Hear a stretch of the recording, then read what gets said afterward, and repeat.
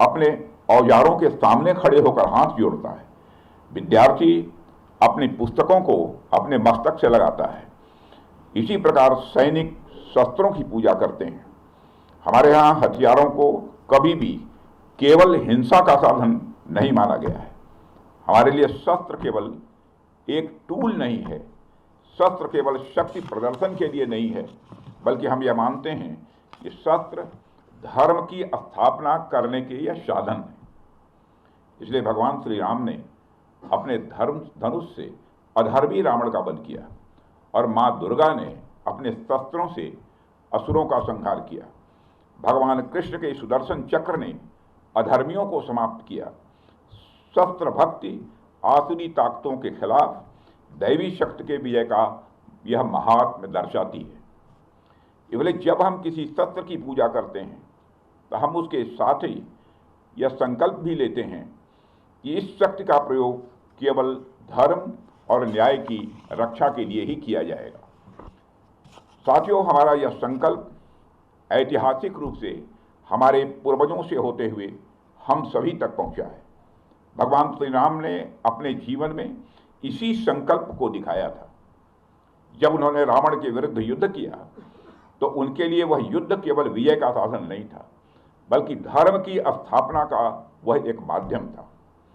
महाभारत का युद्ध भी जब श्री कृष्ण के मार्गदर्शन में हुआ तो उसका उद्देश्य पांडवों को विजय दिलाना नहीं था, बल्कि उसका उद्देश्य धर्म की स्थापना ही करना था। हालांकि यह बात ध्यान देने लायक है कि धर्म की स्थापना करने के लिए, धर्म की रक्षा करने के लिए केवल संकल्प ही पर्याप्त नहीं है। संकल्प के साथ साथ शक्ति भी यह आवश्यक है, और वह शक्ति शस्त्र के माध्यम से ही प्रकट होती है।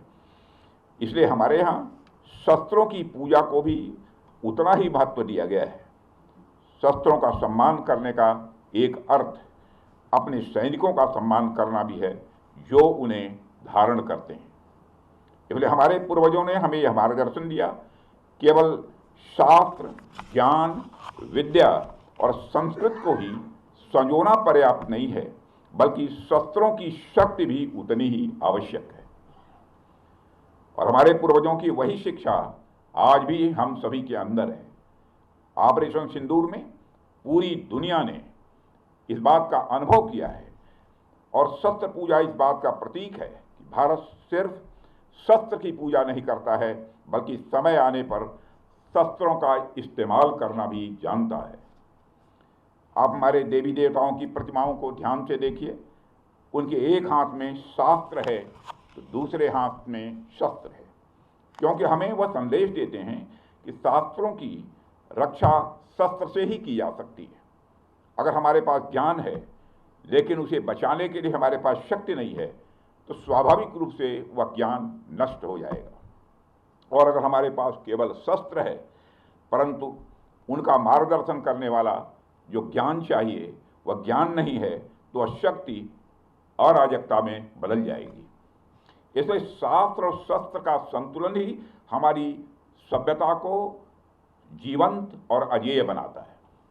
साथियों, शास्त्र के मामले में तो हम हमेशा ही समृद्ध रहे हैं, लेकिन मुझे गर्व है कि भारत शस्त्रों के मामले में भी समृद्ध बन रहा है। आज अपने आत्मनिर्भर भारत के संकल्प के कारण भारत शस्त्रों का सिर्फ कंज्यूमर ही नहीं, शस्त्रों का केवल उपभोक्ता ही नहीं, बल्कि मैन्युफैक्चरर और एक्सपोर्टर भी बन रहा है। साथियों, शस्त्रों की पूजा का यह दिन केवल हमारे व्यक्तिगत जीवन तक सीमित नहीं है, बल्कि हमारे राष्ट्रीय जीवन से भी गहराई से यह जुड़ा हुआ है। जब एक राष्ट्र के रूप में हम अपने शस्त्रों का सम्मान करते हैं तो हम केवल हथियारों का नहीं, बल्कि हम अपनी सामूहिक शक्ति, अपनी सुरक्षा और अपनी स्वतंत्रता का भी सम्मान कर रहे होते हैं। भारत जैसे विशाल और विविधता से भरे राष्ट्र के लिए शस्त्रों का महत्व और भी बढ़ जाता है, क्योंकि हमारी सीमाओं पर जो चुनौतियां हैं उनका स्वरूप कभी आसान नहीं रहा है, और ये चुनौतियां भी अलग अलग तरीके से आती हैं। उत्तरी सीमाओं पर भी स्थितियां चुनौतीपूर्ण हैं, पश्चिमी मोर्चे पर भी आतंक आतंकवाद का खतरा निरंतर बना हुआ है और हिंद महासागर में भी नई नई रणनीतिक परिस्थितियां बन रही हैं। कभी ये चुनौतियां बाहरी आक्रमण के रूप में सामने आती हैं, कभी आतंकी संगठनों के रूप में आती हैं और आजकल तो साइबर वार और इंफॉर्मेशन वार के रूप में भी चुनौतियां आ रही हैं। साथियों, इस शस्त्र पूजा पर हमें यह भी ध्यान रखना है कि इन सभी चुनौतियों का सामना करने के लिए केवल हथियार ही पर्याप्त नहीं है।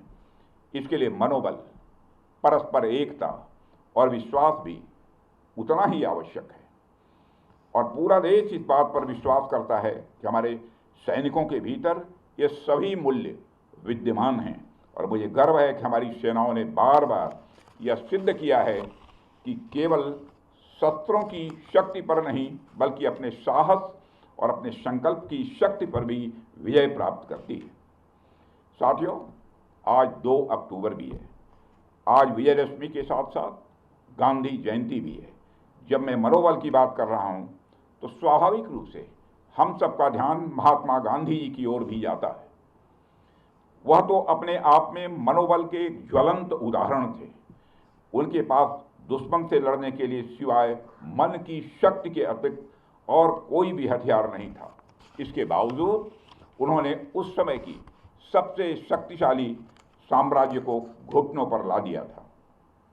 फिर हमारे सैनिकों के पास तो शस्त्र भी है और मनोबल भी है और हमारे सामने तो कोई चुनौती टिक ही नहीं सकती है।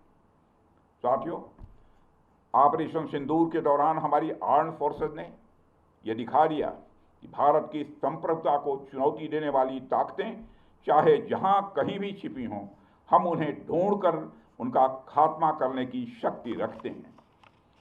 दुनिया की कोई भी ताकत हो, यदि वह हमारी संप्रभुता को चुनौती देगी तो भारत चुप नहीं रहेगा।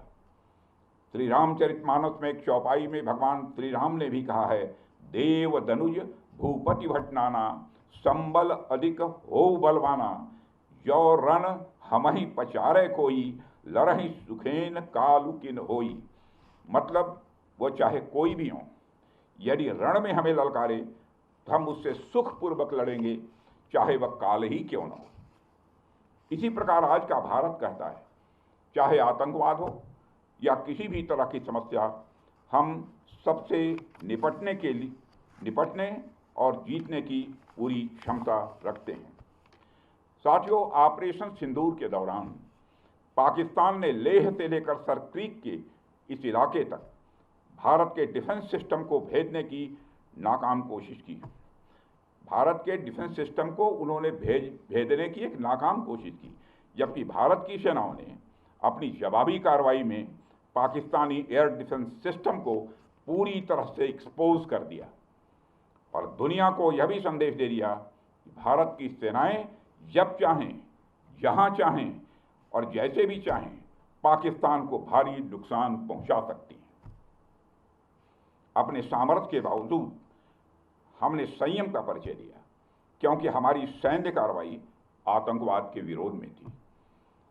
इसको एस्केलेट करके जंग छेड़ना ऑपरेशन सिंदूर का उद्देश्य कभी नहीं था। मुझे इस बात की खुशी है कि भारतीय सेनाओं ने ऑपरेशन सिंदूर के सभी मिलिट्री ऑब्जेक्टिव यानी सभी लक्ष्यों को सफलतापूर्वक प्राप्त करने में कामयाबी हासिल की है। मगर आतंकवाद के खिलाफ हमारी लड़ाई जारी है। साथियों, आज़ादी के 78 साल बीत जाने के बावजूद सरक्रीक इलाके में सीमा को लेकर एक विवाद खड़ा किया जाता है। भारत ने कई बार बातचीत के रास्ते इसका समाधान करने का प्रयास किया है, मगर पाकिस्तान की नीयत में खोट है, उसकी नीयत साफ नहीं है। जिस तरह से हाल में पाकिस्तान की फौज ने सरक्रीक के सटे इलाकों में अपना मिलिट्री इंफ्रास्ट्रक्चर बढ़ाया है, वह उसकी नीयत बताता है। साथियों, भारत की सीमाओं की रक्षा भारतीय सेनाएं और बॉर्डर सिक्योरिटी फोर्स मिलकर मुस्तैदी से कर रही हैं। अगर सरक्रीक इलाके में पाकिस्तान की ओर से कोई भी हिमाकत की गई तो उसे ऐसा करारा जवाब मिलेगा कि इतिहास और भूगोल दोनों बदल जाएंगे मेरे साथियों। और 1965 की जंग में भारत की सेना ने लाहौर तक पहुंचने का सामर्थ्य भी दिखाया। आज 2025 में पाकिस्तान को याद रखना चाहिए कि कराची का एक रास्ता क्रीक से ही होकर गुजरता है। साथियों, आज जब हम यहाँ शस्त्र पूजा कर रहे हैं तो हमें माँ दुर्गा के उस स्वरूप को भी स्मरण करना चाहिए जब सभी देवताओं की शक्तियों का सम्मिलन हुआ और वह दिव्य शक्ति के रूप में प्रकट हुई। माँ दुर्गा इस बात की प्रतीक है कि जब विभिन्न शक्तियाँ एकजुट होती हैं तभी असुरों का संहार संभव हो पाता है। इसमें हमारी नेशनल सिक्योरिटी इंफ्रास्ट्रक्चर के लिए भी एक मैसेज है। थल सेना, वायुसेना और नौसेना, ये तीनों ही सेवाएं और हमारे और बीएसएफ हमारी यह शक्ति के स्तंभ हैं। जब ये सभी मिलकर कार्य करती हैं तभी हम हर चुनौती का प्रभावी ढंग से सामना कर सकते हैं। और हमारी सरकार लगातार अपनी सेनाओं के ज्वाइंटनेस पर भी बल दे रही है। साथियों, आज भी हमें ज्वाइंटनेस का ही एक उदाहरण देखने को मिला है। एक्सरसाइज वरुणास्त्र द्वारा हमारी सर्विसेज की संयुक्त क्षमता का प्रदर्शन देखकर मुझे पूरा भरोसा हो गया कि हम हर चुनौती का सामना करने के लिए तैयार हैं और दुश्मन के हर इरादे को नेस्त नाबूद करने के लिए पूर्ण रूप से तैयार हैं। साथियों, यह हमारी सेनाओं का ज्वाइंटनेस ही था जिसने ऑपरेशन सिंदूर को रिकॉर्ड समय में अंजाम दिया था। और मैं आज इस अवसर पर ऑपरेशन सिंदूर की सफलता पर अपने वीर जवानों और अधिकारियों को विशेष रूप से बधाई देना चाहता हूं। आपकी रणनीति, आपका साहस और आपकी क्षमता ने यह साबित कर दिया है कि भारत हर परिस्थिति में दुश्मन को मात देने में पूरी तरह से सक्षम है।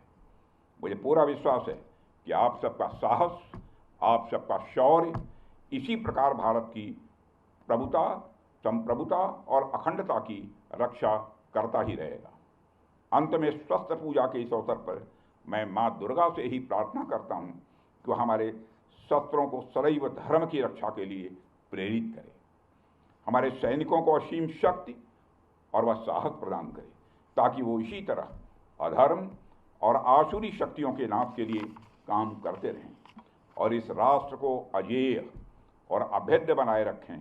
और साथ ही मैं आपकी, आपके परिवार की और परिवार के सभी जनों की विजयादशमी के इस शुभ अवसर पर अच्छे स्वास्थ्य और सदैव उन्नति की कामना करते हुए और आप सभी को पुनः विजयादशमी के पावन पर्व की हार्दिक बधाई देते हुए अपना निवेदन समाप्त करता हूँ। बोलिए भारत माता की जय, भारत माता की जय, भारत माता की जय। बहुत बहुत धन्यवाद।